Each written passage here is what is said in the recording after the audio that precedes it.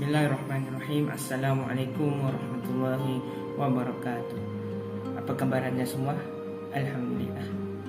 Pernah tak di antara kita yang dulu pernah terima satu surat cinta daripada kekasih hati kita ataupun orang yang kita suka?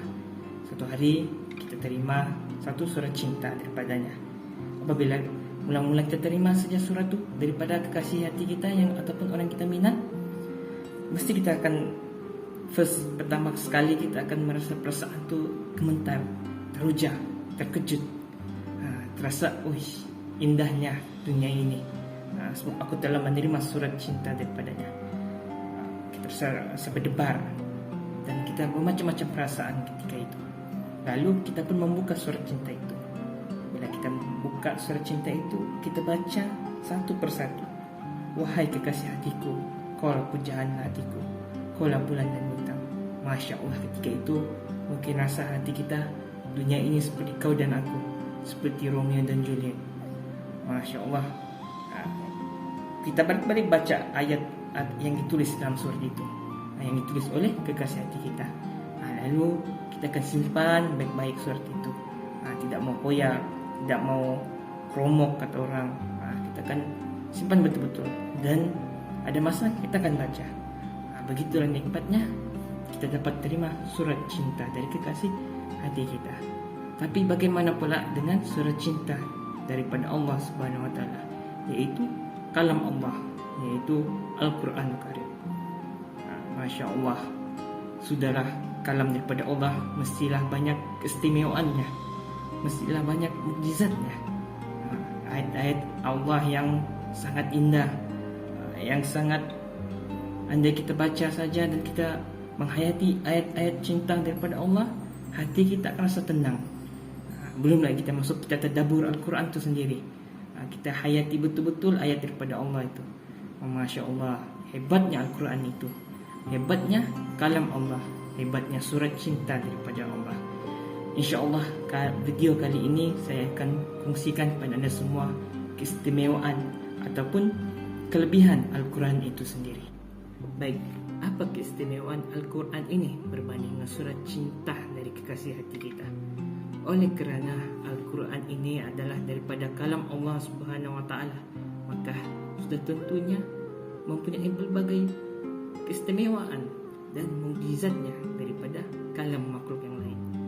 Dalam firman Allah Subhanahu wa taala dalam surah Hud ayat 1 yang berbunyi Bismillahirrahmanirrahim, Alif Lam Ra, Kitabun uhkimat ayatuhu summa fussilat min ladun hakimin khabir.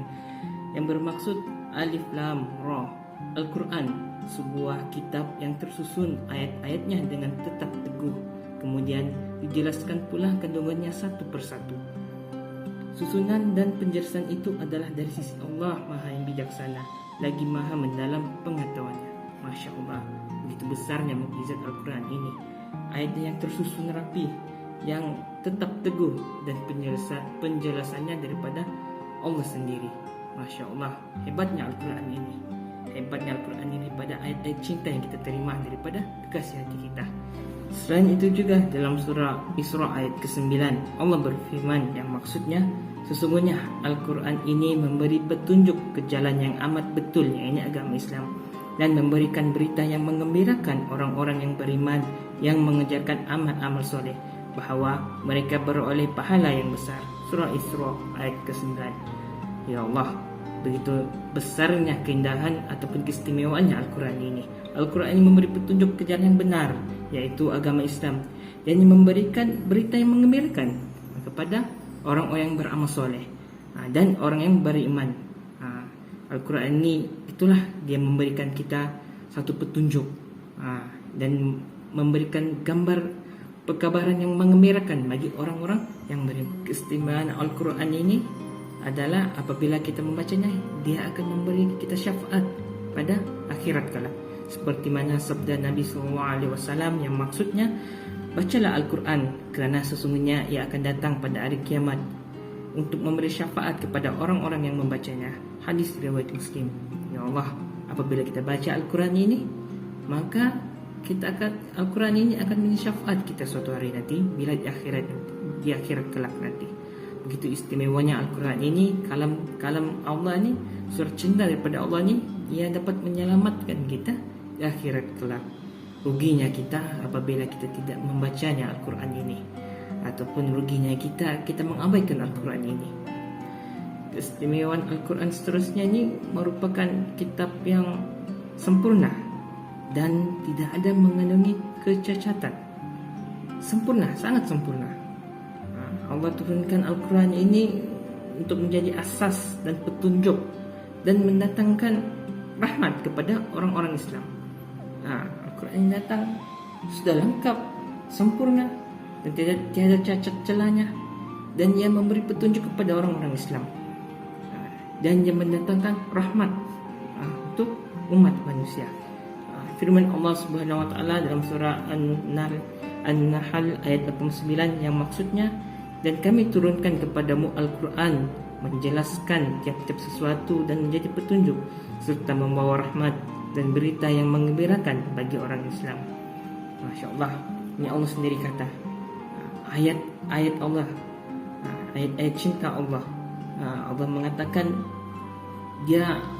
Allah ini turunkan Al-Quran ini kepada kita untuk menjadi satu petunjuk kita, ataupun petunjuk kita untuk hidup di dunia ini dan untuk bekalan di akhirat kelak, serta membawa rahmat dan berita yang mengembirakan. Seperti saya sebut tadi lah, berita mengembirakan bagi orang-orang yang beriman, yang beramal soleh. Berkata Ibnu Mas'ud, Al-Quran ini merangkumi semua ilmu pengetahuan yang diperlukan oleh manusia di dalam urusan dunia dan di akhirat. Masya Allah, bukan sahaja memberi petunjuk, bukan sahaja memberikan gambaran kabar gembira kepada orang Islam, malah Al-Quran ini juga mempunyai ilmu pengetahuan yang diperlukan oleh manusia.